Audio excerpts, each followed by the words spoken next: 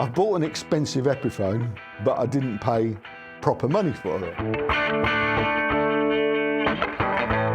There's a limit to what a man's prepared to pay for an Epiphone. Anywhere north of a grand is out of the question. Was 1229 English pounds. I paid 799. There's loads of them out there. There's loads of expensive Epiphones that are selling for a lot less than they were originally. It's a thing of beauty, isn't it? And it was only 799 English pounds.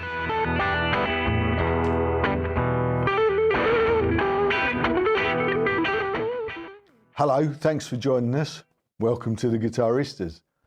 So I'm delighted to be able to say I've bought an expensive Epiphone, but I didn't pay proper money for it.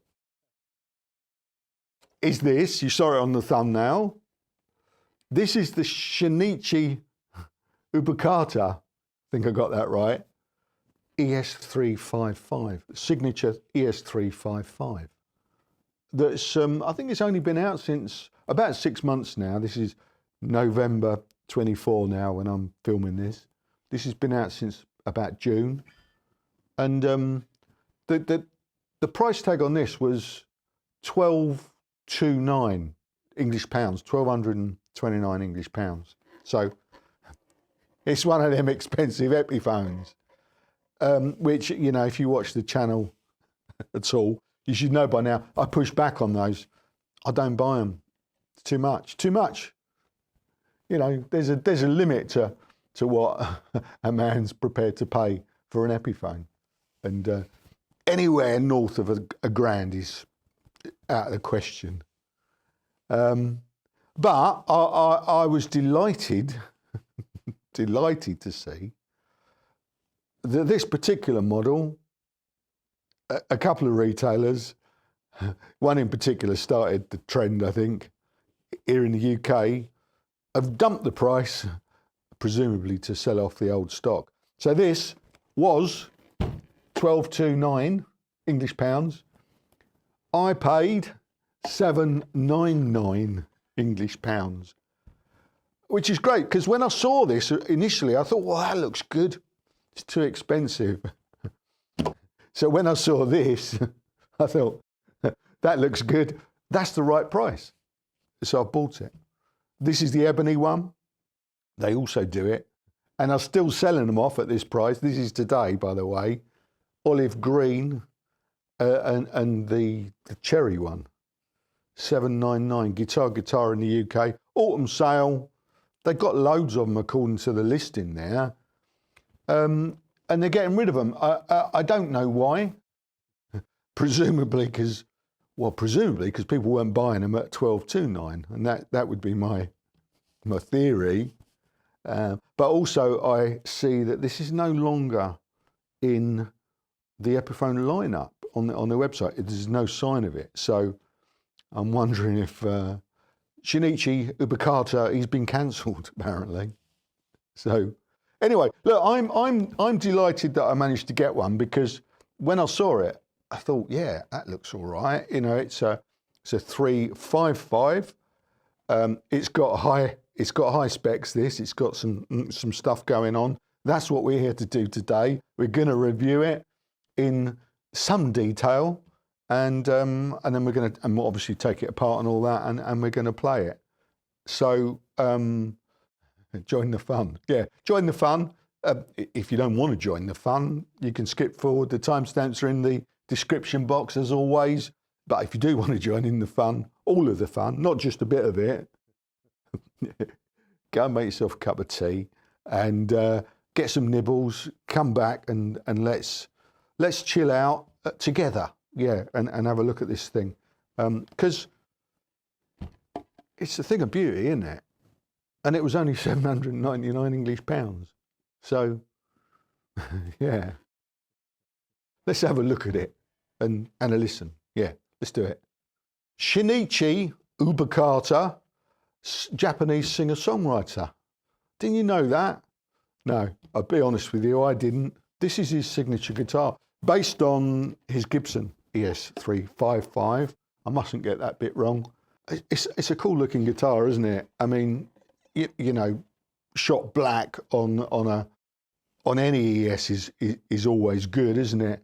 Now, let's take a closer look. First things first, it's a traditional build of, it's a semi-hollow with a centre block, maple centre block, and it's a maple 5-ply maple build. It's quite heavy, so the first thing I wanted to do was weigh it and see how heavy. Let's do that. Here we go. Oh, it's a beast. What is it?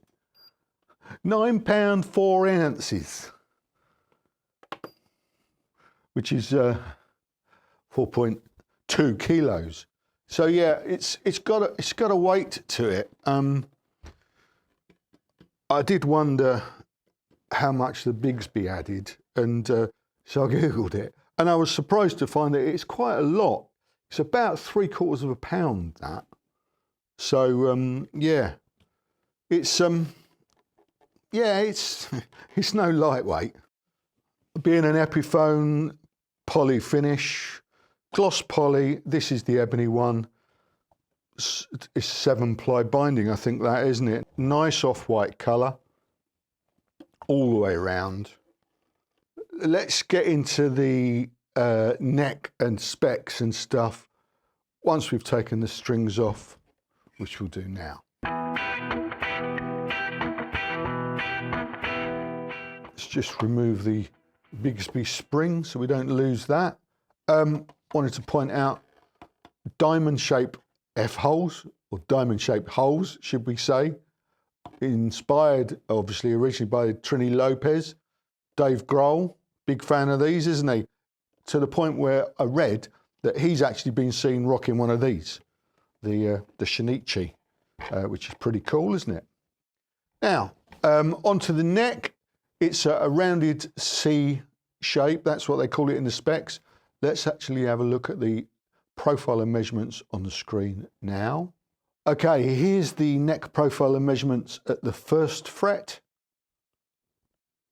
And here's the neck profile and measurements at the 12th fret. It feels fairly comfortable, feels fairly flat actually. Yeah, it's not especially chunky, that. 12-inch radius. This is the traditional Gibson scale length, by the way, 24 3/4 inches. So I don't know why I'm doing that. There it is, 24 3/4 inches. Scale length is nut to bridge. That's the scale length. This has got an ebony fingerboard. There you go. Have a butcher's at that. Looks all right, doesn't it? Not especially dark, but it's definitely ebony, according to the specs. Medium jumbo frets. I'm going to say okay. There's no sharp edges, but you can feel, you can feel the fret ends. There's no danger of cutting yourself though on those. That's all right. Yeah, it's all right. Fit and finish. It's pretty neat. Yeah. I don't see any flaws or problems. It's got the Kalamazoo headstock, which I'm a fan of, and the custom style diamond inlay, which 355s have. You have to be careful. So there's 3 different models, isn't there, of the ES, the 335, the 345, and the 355. The 355 is the only one that has the diamond inlay, like the Les Paul Customs have. So that's how you can spot a 355 straight away. This one's got Grover Rotomatic tuners, and Bigsby B70, which is a licensed Bigsby. B7 is the full fat, the full authentic one, American, I suppose. B70. I don't know where they're manufactured, but it's a cheaper version. And as I said, this weighs it's about 12 ounces, I think it was, according to Google. So it's a pretty hefty thing. It's got a Epiphone lock tone, standard ABR1 bridge. There you go. It says Epiphone there. 2 volumes, 2 tones. We're not going to be able to look in there today. Obviously, it's got this varitone switch as well, which is a bunch of capacitors which strangle the signal. We'll go through all that in a bit when we've plugged it in. The pickups are going to appeal to a lot of you lot out there because they're Gibson pickups in this. These are 57 Classics. So I think what we should do now is take some readings. Right, here we go. All controls on 10. Let's start with the bridge. 7.69K with an inductance of 4.18 Henrys. Let's go to the neck. 7.69K with an inductance of 4.18 Henrys. Middle, for fun, 3.84 kilo ohms.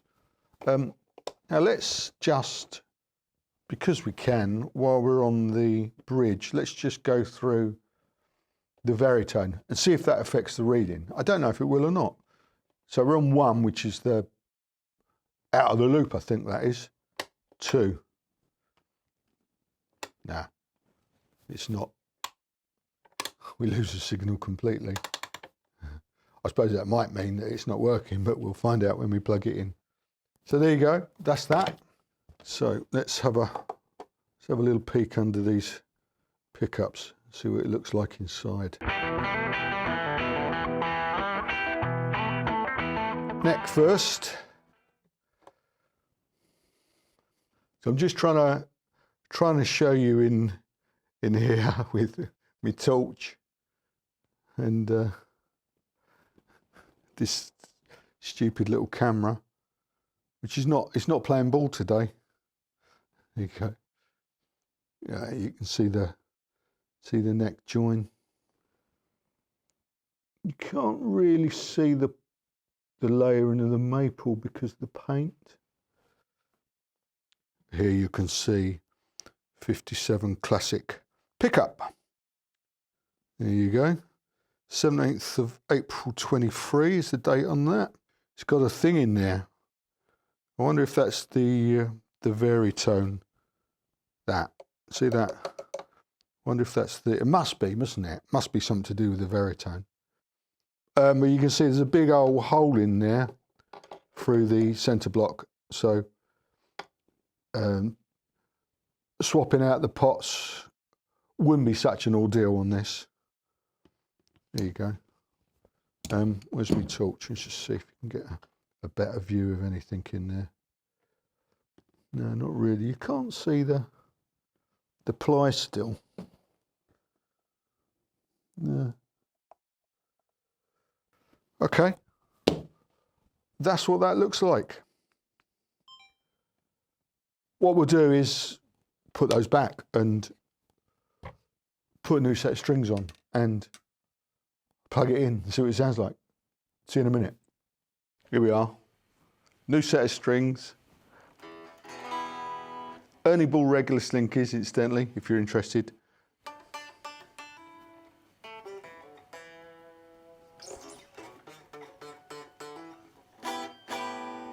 And that's what it sounds like unplugged. I'm looking forward to this.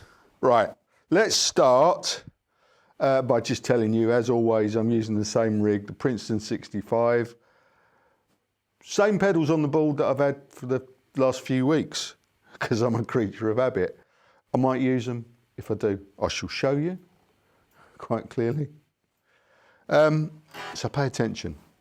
Also, you know, what I tend to do is I try and just go through various settings. So pay attention to that camera, and you should be able to see what I'm doing here, you know, rolling off or rolling on. The knobs, we'll just roll them off a little bit. Tones on 10. This is what the bridge sounds like. That's on 7.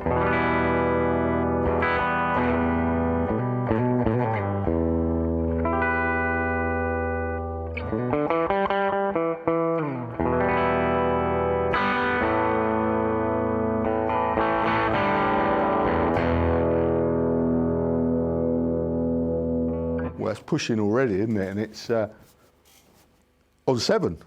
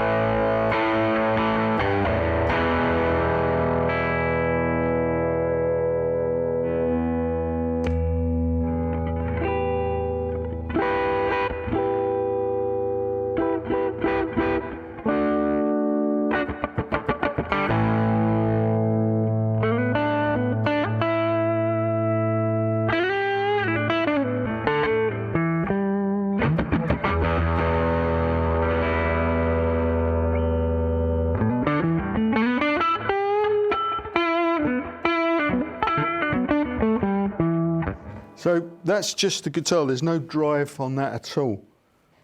Now, let's do the middle first. All cranked.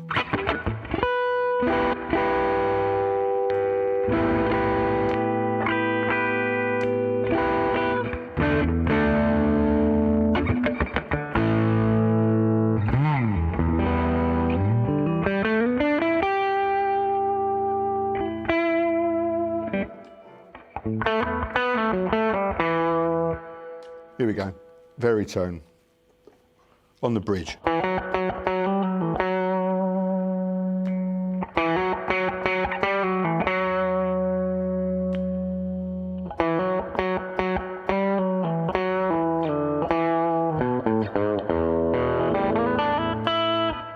I like that.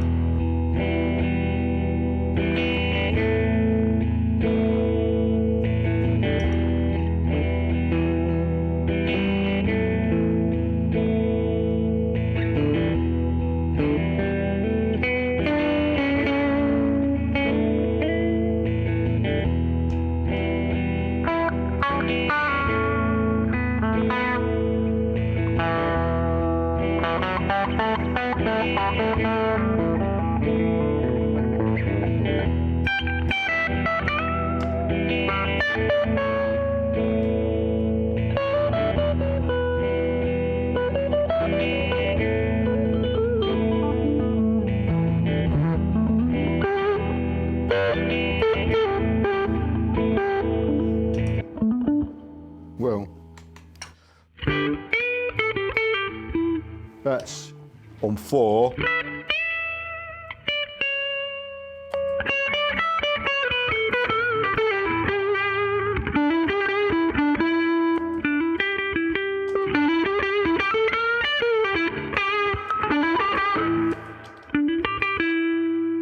That's 5.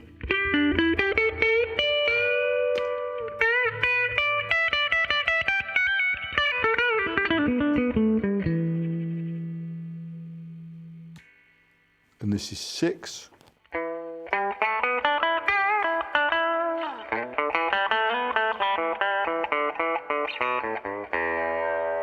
I was watching the Andertons review, and Danish Pete was, he didn't like that. He was saying, where would you use that? So what I'm going to try and do is do a jam and use it.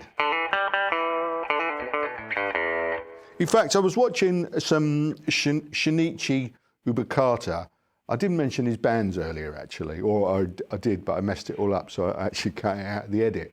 So it's a little bit frantic, that intro today. Sorry about that. Hopefully I've calmed down now. But Shinichi's bands, Shinichi, I've forgotten his name now. Shinichi's bands, Ellegarden and Nothing's Carved in Stone. And there's really good stuff. It's kind of alternative. It varies over a period from Ellegarden's more kind of Green Day-ish, sort of, and then it becomes a little bit more evolved with Nothing's Carved in Stone. It's good stuff. The point is that he plays obviously his Gibson version of this, and it really cuts through the mix. He does this thing. Yeah, that's it. I mean, that's on 6. I'll show you. I'll try and put it in. I'll try. Yeah, I'll show you. Yeah, that's a bit ambitious. I'm going to try and show you something. Right, let's go back to normal for a minute.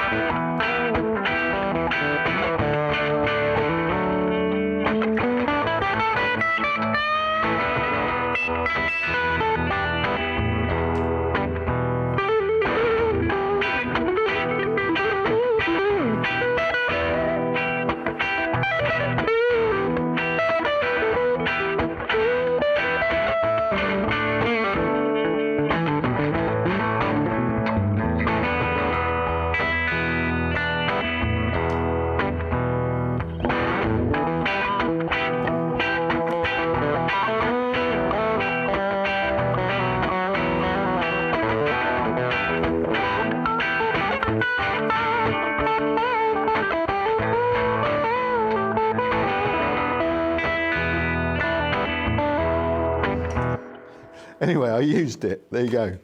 That was it. It's got a place.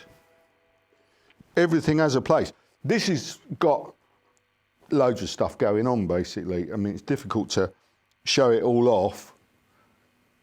So you should get one, really, and experiment. I do think it sounds good. I think it sounds really good. That's better, though. So that's, let's just try, well, let's go through the volume and tone controls. Oh, sorry, I've still got the soul food on. Start again.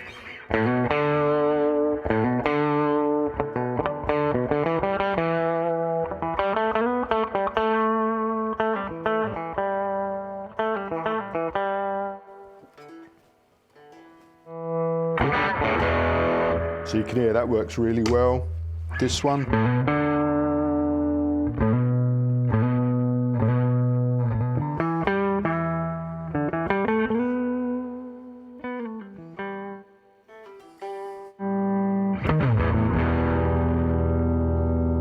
Tone.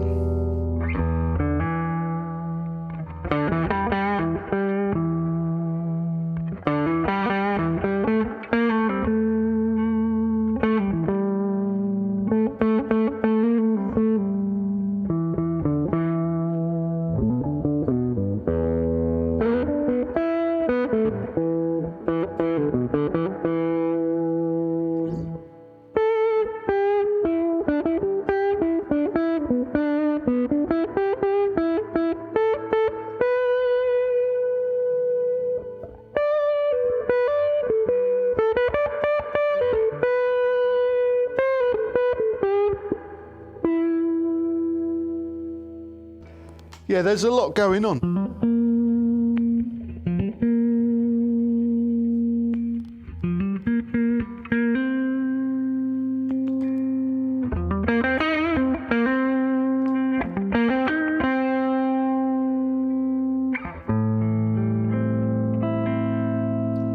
Something else.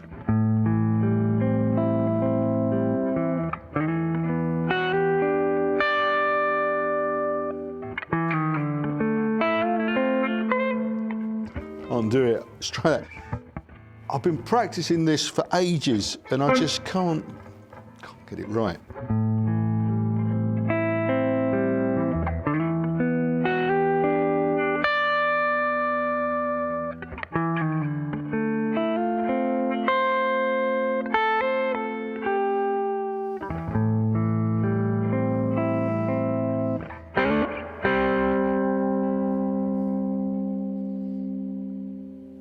Bluish Blues.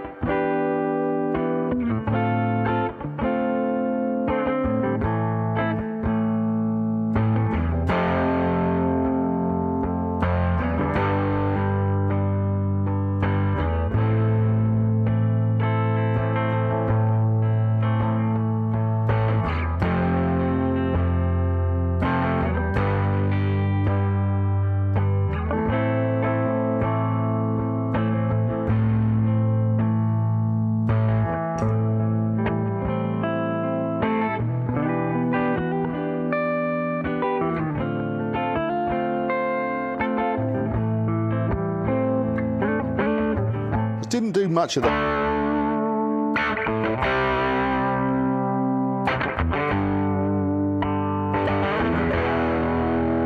So we'll have to do the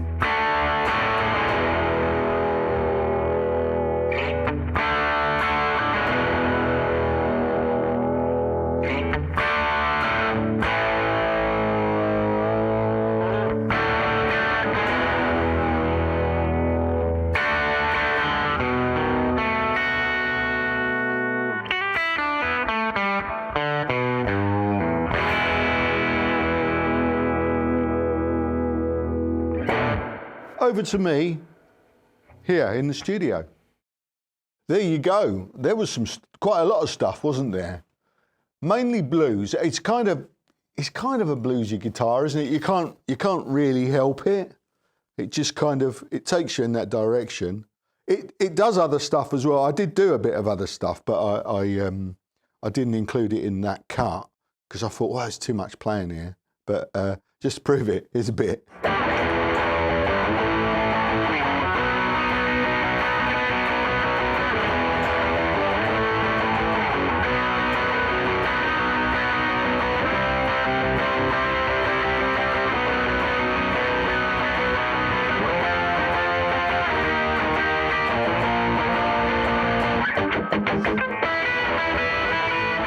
It does the punk thing as well if you want.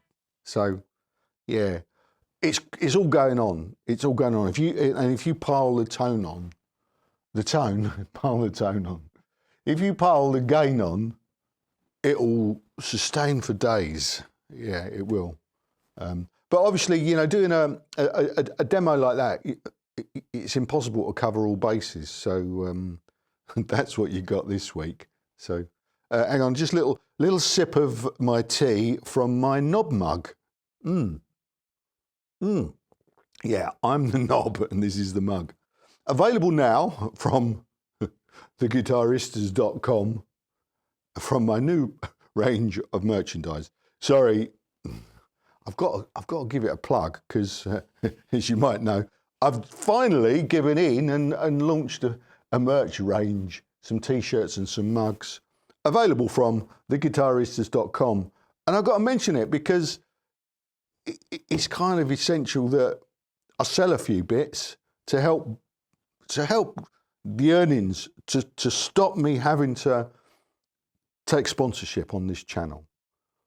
You know what it's all about. You watch all the guitar YouTubers and they all have stuff that's given to them and they say, oh yeah, it's my opinion. Although I got it for free or I got paid for it, it's all my own opinion. Yeah, right, well that's fair enough, but I choose not to do that. And even when you can buy lovely guitars like this, let's get back to the guitar, for $7.99 rather than $12.29, honestly, it'll take this film to pay for this, right? This guitar, for this film to pay for this guitar. Let me just. It'll have to have about 100,000 views. Yeah, 100,000 views, which it might get in about 2 or 3 years. Some of my films on the channel have, I think the biggest one now is, I think it's the Epiphone Casino actually. 175,000 views that's had now. That's 4 fucking years it's taken to get to that. So this guitar, for this to pay for itself, I need to sell a handful of mugs, that's all. Well, not a handful, more than a handful. Well, all right, let me put this into perspective. Yeah, and I'm talking about the merch site again. I launched it 10 days ago. About 10 days ago, I've earned more than enough to pay for this guitar. So it's actually kind of important, as well as the subscription TV channel, which is on theguitaristas.tv. These things earn way more than the ads that you have to sit through. So honestly, it's the reality of the matter. For me to carry on making YouTube videos for you to watch, I have to sell some shit and I have to get more subscribers on the TV channel, where incidentally you can watch all of this without any adverts. And other stuff as well, and get discount codes for the merch and stuff.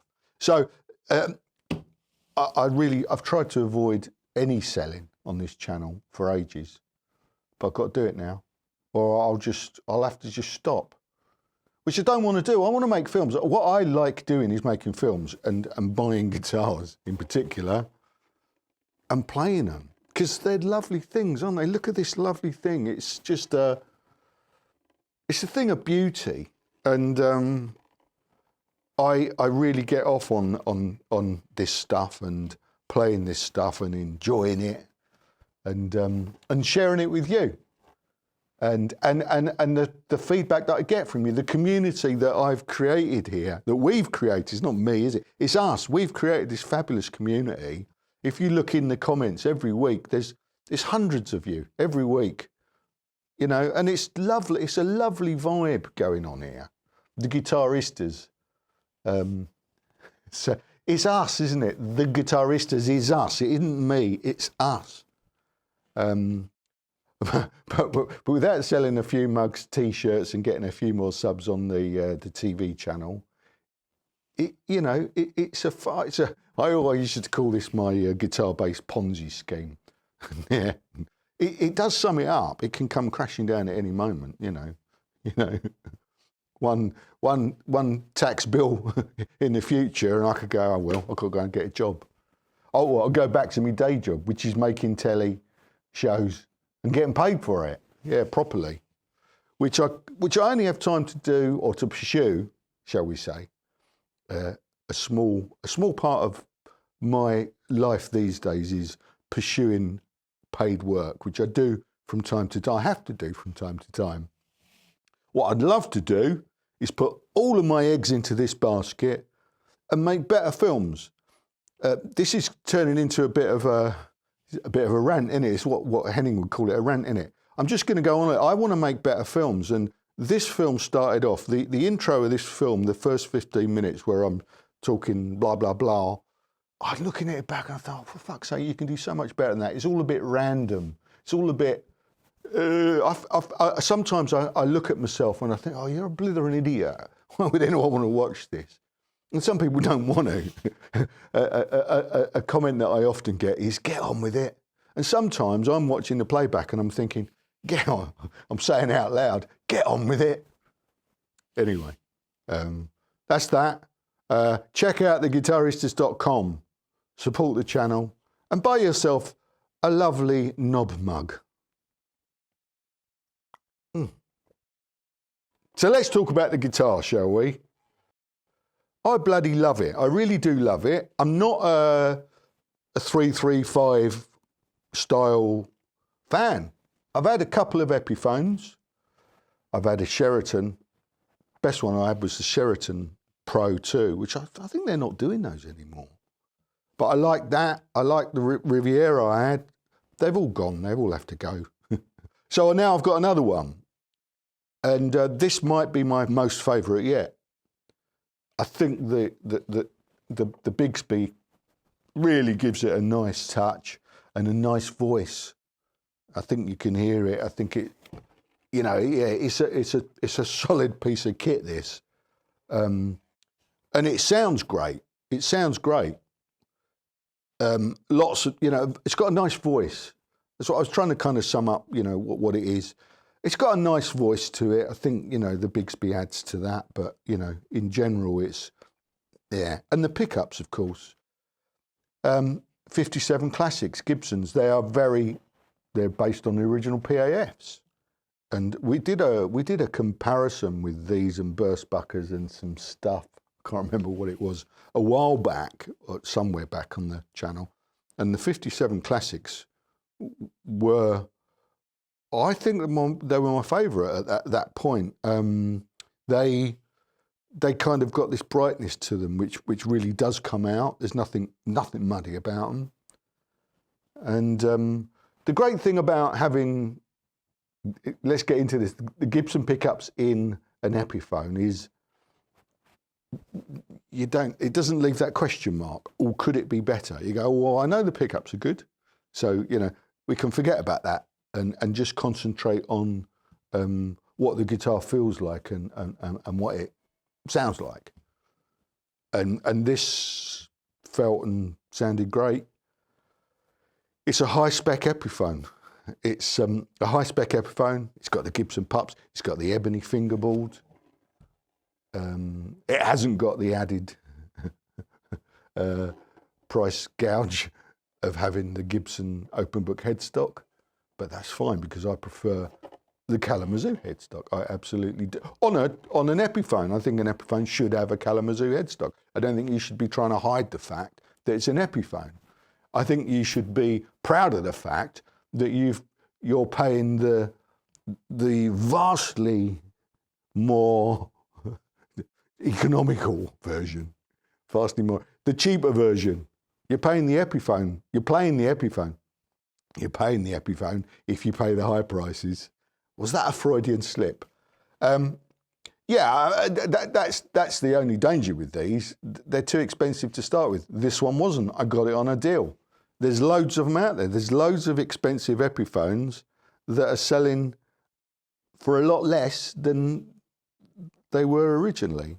I feel sorry for anyone that's paid original price for this. Not because it's not worth it. I'd say it is, but I just think that Epiphones shouldn't cost that. They don't need to cost that. They don't need to cost that. They've made great stuff, great quality stuff like this for years without charging the sort of prices that they're charging now. So, you know, if you paid the original retail price for this, it's, you know, it's well worth it. You know, when you take into account the case and the guitar and everything about it's well worth it, and it's still thousands of pounds cheaper, or tens of thousands of pounds cheaper than the Gibson version in some instances. So don't feel bad about that. But you know, criticise Epiphone for charging that in the first place, because you know, they shouldn't have needed to, really. If you fancy one of these, there's still a bunch for sale in the UK, and you might be lucky and get one for $7.99, like I did. And if you fancy one, it's probably the best option out there compared to the Maestro Vibrola versions. They do some other expensive versions, various expensive versions with the Maestro Vibrola and stuff. I think the Bigsby's better. It's more usable. It's more stable tuning-wise. Certainly, when you're tuning these things, this is solid. The Maestro's quite a finicky thing to get used to. I mean, it's fine, but I think the Bigsby's, I think it's better. I think it looks better. It's more practical. It probably sounds better as well, because it's quite a solid, gives it more of a, the Maestros have got quite an airiness to them, certainly unplugged. Sounds like I know what I'm talking about, doesn't it? Well, I'm kind of learning, you know, you just do, don't you, from playing different things. You kind of form opinions gradually. They will change. And some of them are absolute nonsense. But I suppose, well, hopefully that's the beauty of what we do here. I'm not really trying to teach you anything or tell you anything. I'm just sharing what I think at this particular point in time. And what I think at this particular point in time is, this is a great guitar. I'm going to hang on to this for a bit, try and find some time to play it in between all the other stuff that I do, including posting out mugs now. There you go. That's it for this week.